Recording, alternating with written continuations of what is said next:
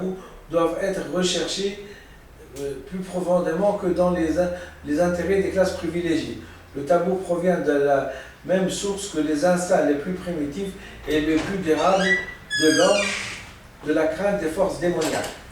Étant primitivement que la crainte objectivée de la puissance démoniaque supposée cachée dans l'objet tabou. Le tabou défend irriter cette puissance et ordonne toutes les fois qu'il a été violé sciemment ou non d'écarter la vengeance du démon. Peu à peu, le tabou devient plus puissant, indépendant des distincts du démonisme. Il devient la crainte imposée par la tradition, par la coutume et en dernier lieu par la loi. Mais le commandement qui se dissimule inexprimé derrière les prohibitions du tabou varie d'une localité à d'autres et d'une époque à d'autres. Est au début le suivant: éviter la colère des démons. Wundt nous apprend ainsi que le tabou est une expression et une conséquence de la croyance des peuples primitifs aux puissances démoniaques. Ultérieurement, le tabou serait détaché de cette racine et ce serait resté une puissance qu'en vertu d'une sorte d'inertie psychique. Ainsi, le tabou serait même la racine de nos protections morales et de nos lois. Je ne crois pas être en désaccord avec un grand nombre de mes lecteurs en déclarant que l'explication donnée par Wundt nous laisse insatisfaits. Expliquer le tabou de la sorte, ce n'est pas remonter à la source des représentations tabou et montrer ses racines derrière. L'angoisse des démons ne peut-elle être considérée en psychologie comme cause première? Il faut remonter encore plus loin. Il serait autrement si les démons avaient une existence réelle. Mais nous savons tous comme des dieux, ils sont la création de forces psychiques de l'homme et il s'agit de connaître leur provenance et la substance dont ils sont faits. Sous la double signification de tabou, Wundt exprime des idées intéressantes mais qui laissent à désirer au point de vue de la clarté. Je pense que dans la phase primitive du tabou, il n'existait pas encore de séparation entre sacré et impur. C'est pourquoi ces notions n'existent pas avec la signification qu'elles ont revêtue plus tard, par suite de l'opposition qui est formée entre elles. L'homme, l'animal, la localité frappée de tabou sont démoniaques, mais non sacrés, et ne sont pas, par conséquent, pas impurs pour les âmes.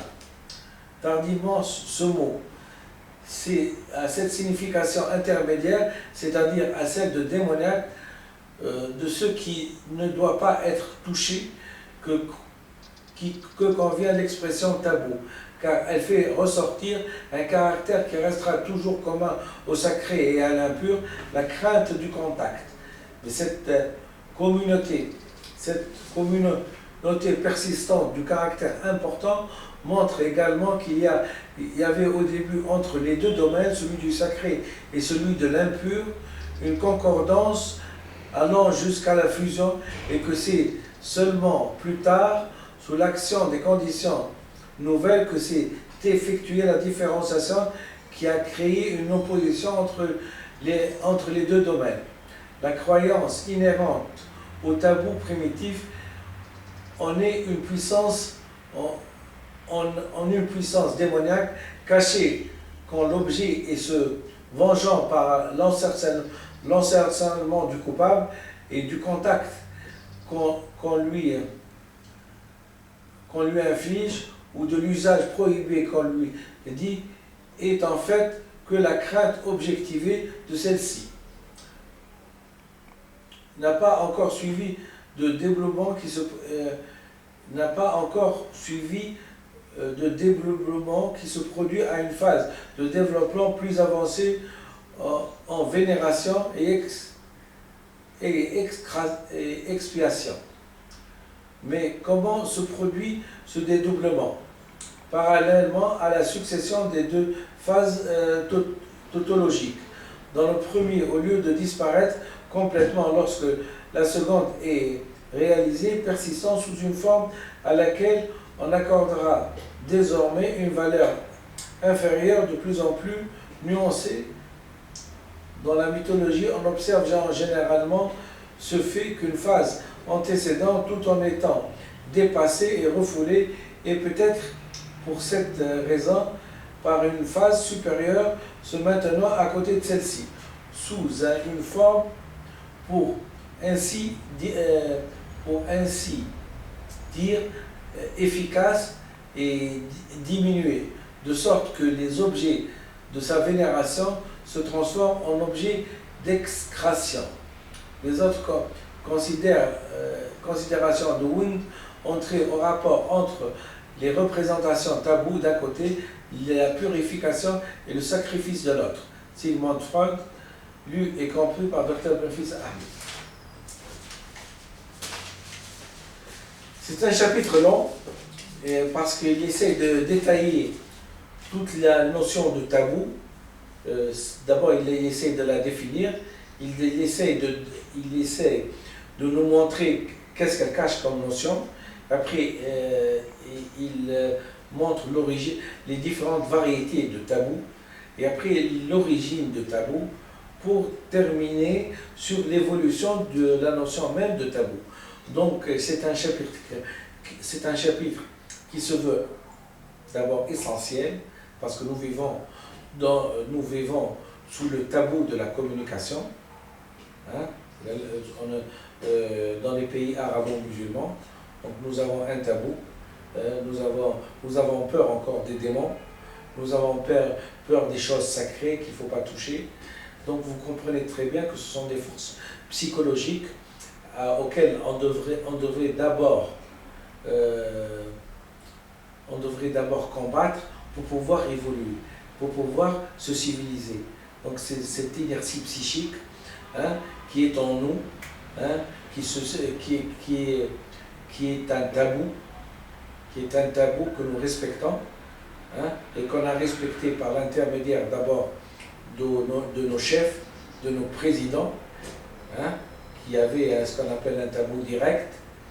Et ce tabou direct a été transmis par le chef à des tabous intermédiaires, qui sont les ministres, qui ont pu mettre à l'écart une population de centaines de millions de gens, hein, qui ont pu infliger à un monde une écriture qui remonte le temps, ce qui est un crime contre l'humanité. Vous voyez très bien pourquoi, en n'hésitant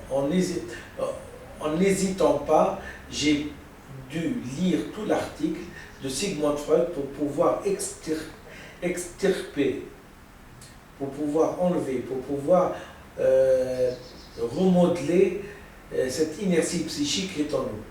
Hein? À partir du moment où on dit que quelque chose est en relation avec les démons et que les démons n'ont aucune existence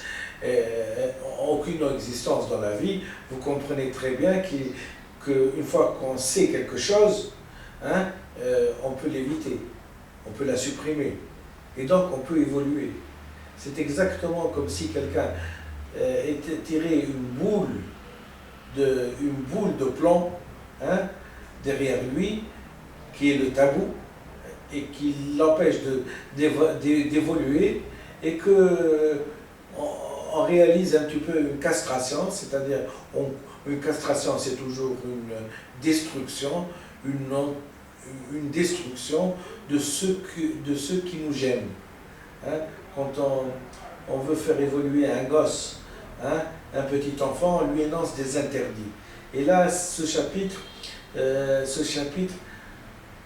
se destine à donner des notions scientifiques pour que l'interdit puisse être compréhensible, puisse être accepté et puisse nous libérer de ce qu'on croit être, d'abord juste, réel. Et c'est un petit peu ça qui est à l'origine, en fin de compte, cette révolution. En fin de compte, c'est la croyance au démon qu'on est en train d'essayer de détruire. Merci.